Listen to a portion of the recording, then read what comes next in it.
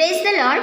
आप सभी को जय मसीह की। आज हम इस बात पर मनन करेंगे कि राजा दाऊद की गलतियों से हम क्या सीख सकते हैं। नातान नबी द्वारा राजा दाऊद को उसका गुप्त पाप दिखाए जाने पर राजा दाऊद उसे अपने रास्ते से हटा भी सकता था, क्योंकि अब वो एक राजा था।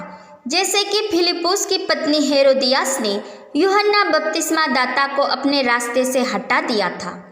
राजा दाऊद परमेश्वर से आत्मिकता में जुड़ा रहता था, तो परमेश्वर ने खुद उस पर उसके पाप क्यों न प्रकट किए, क्योंकि वो अब ढिठाई के पाप में था। इस कारण वो परमेश्वर की वाणी को सुन न पा रहा था। हम देखते हैं कि जिस वर्षारंभ के समय राजा लोग युद्ध करने को निकला करते थे, तब उसने समस्त इस्राएलियों को भेजा, परंतु वो खुद यरूशलेम में ही रह गया। और सांझ के समय में जब वो छत पर टहल रहा था, तब उसे छत पर से एक अति सुंदर स्त्री नहाती हुई देख पड़ी, और उसे देख उसका मन उसके प्रति लालायित हुआ। तब उसने अपने दूत भेजकर उसे बुलवा लिया और उस स्त्री के साथ व्यभिचार किया। वह स्त्री उसके सेनादल में के हित्ती उरिया की पत्नी थी, जो उस समय युद्ध क्षेत्र पर गया था। कुछ काल पश्चात वह स्त्री राजा दाऊद से गर्भवती हुई, और यह समाचार सुनने पर राजा दाऊद बेचैन हुआ। तब उसने उरिया को युद्ध क्षेत्र से बुलवाकर घर भेजना चाहा और अपने पाप को ढांपने का वो यत्न करने लगा, परंतु हित्ती उरिया बड़ा वफादार था। वो अपने कर्तव्य को भूलकर घर नहीं जाना चाहता था। वो 2 दिन तक यरूशलेम में ही रहा। इसलिए अगले दिन राजा दाऊद ने उसी के हाथ चिट्ठी भेजकर सेना के प्रधान योआब को यह आज्ञा दी कि घनघोर युद्ध क्षेत्र में उरिया को रखना, और तुम उसे वही छोड़कर लौट आना कि वह घायल होकर मर जाए। तो योआब ने ठीक वैसा ही किया। उसने जहाँ पर वीर थे उस क्षेत्र में उरिया को ठहरा दिया। उरिया वीरों का सामना न कर सका और वो शहीद हुआ। यह समाचार जब यरूशलेम में पहुंचा, तो उरिया की पत्नी अपने पति के लिए विलाप करने लगी, और जब उसके विलाप के दिन बीत चुके, तो दाऊद ने उसे बुलवाकर अपने घर में रख लिया, और वो उसकी पत्नी हो गई। उसके एक पुत्र हुआ, परंतु वो 7 दिन तक बीमार रहा और मृत्यु को प्राप्त कर गया। राजा दाऊद ने अपने पाप तो ढांप लिए थे, परंतु उसके इस काम से यहोवा उस पर क्रोधित हुआ। सभी बातें राजा दाऊद के पक्ष में हो गई थी, इसलिए वो पाप में ढीठ होता गया और एक पाप छुपाने हेतु दूसरा पाप करता गया, इतना कि वो परमेश्वर की दृष्टि में सही गलत की पहचान न कर सका। इसलिए पाप के कारण वो परमेश्वर की वाणी को सुन न सका।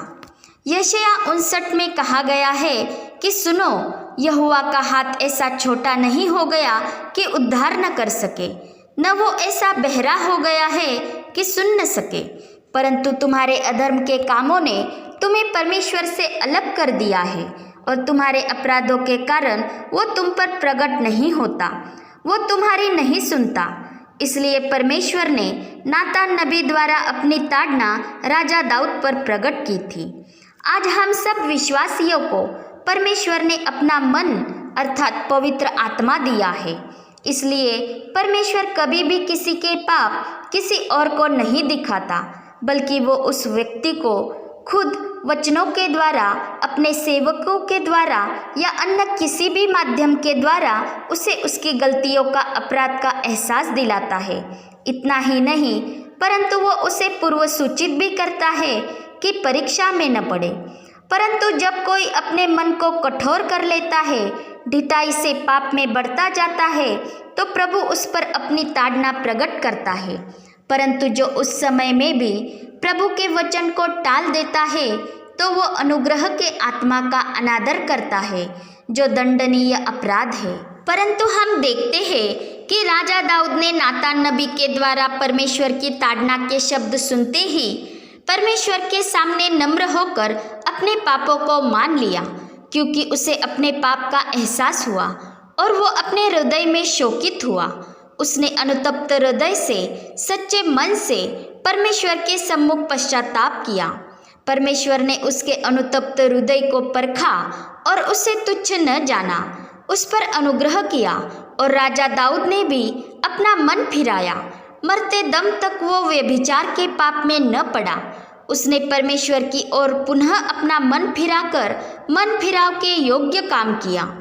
राजाओं की किताब में उसके विषय कहा गया है कि राजा दाऊद वही किया करता था जो यहोवा की दृष्टि में ठीक था, और हित्ती उरिया के बात के सिवा और किसी बात में वो यहोवा की किसी आज्ञा से जीवन भर कभी न मुड़ा।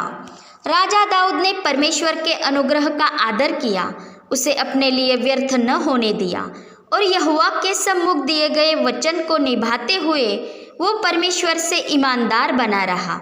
वो अपनी प्रतिष्ठा से ज़्यादा परमेश्वर से प्रेम रखता था।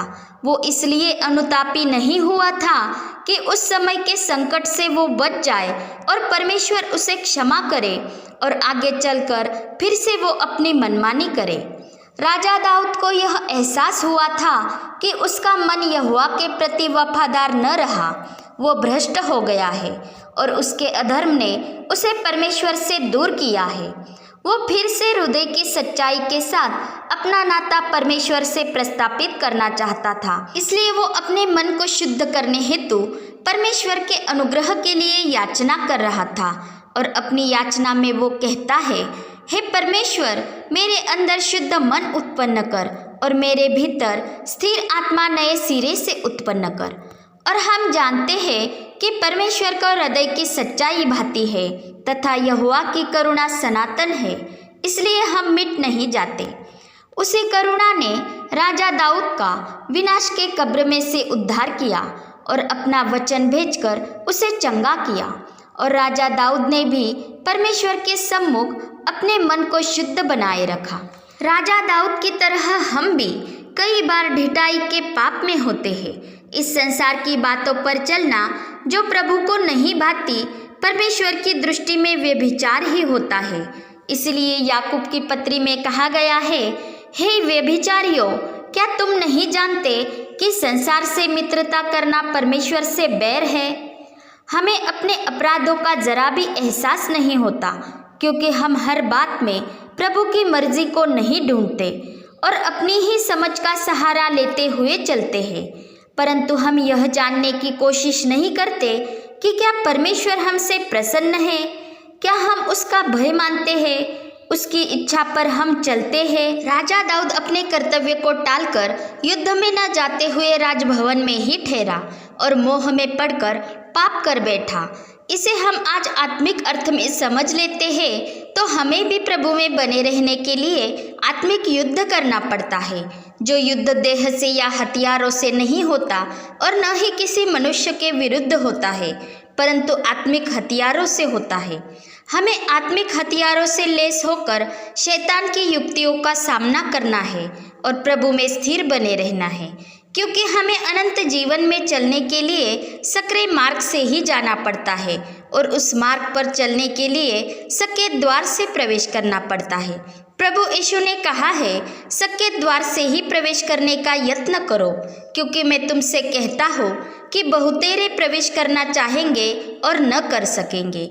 इसलिए हमें उस द्वार से प्रवेश करने के लिए आत्मिक योद्धा बनना पड़ता है, तब ही हम उस जीवन के मार्ग पर चल सकते हैं। परंतु शैतान नहीं चाहता कि हम उस मार्ग को अपनाएं, और जब हम आत्मिक हथियारों से लैस नहीं होते तो उसे हमारे मन में प्रवेश करने का अवसर मिल जाता है और हमारे मन में वो कई प्रकार की लालसाएं उत्पन्न करता है, ताकि हम उस चौड़े द्वार से अंदर जाए जिसका मार्ग चौड़ा तो है परंतु विनाश को पहुंचाता है। परंतु परमेश्वर ने हम पर अपने प्रेम की भलाई इस रीति से प्रकट की कि जब हम पापी ही थे तभी मसीह हमारे लिए मरा।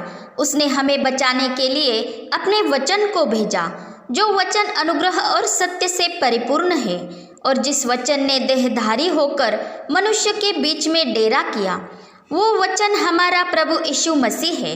उसने हमारे पापों को हर लिया, जो ताड़ना हम पर आने वाली थी उसे उसने खुद सह लिया, और तीसरे दिन मरे हुए में से जी उठकर मृत्यु पर जयवंत हुआ, ताकि जो कोई उसे अपना प्रभु और उद्धारकर्ता जानकर उसे अपने जीवन में कबूल करे वो अनंत जीवन पाए, दूसरी मृत्यु उसके हिस्से में न आए। प्रभु यीशु में ही हम परमेश्वर के प्रेम को जान पाए हैं, उसके राज्य की खोज कर पाते हैं, उसका पवित्र आत्मा हमें सत्य की ओर ही ले जाता है। जब हम उसे अपने हृदय में जगह देते हैं, उसकी प्रेरणा से चलते हैं।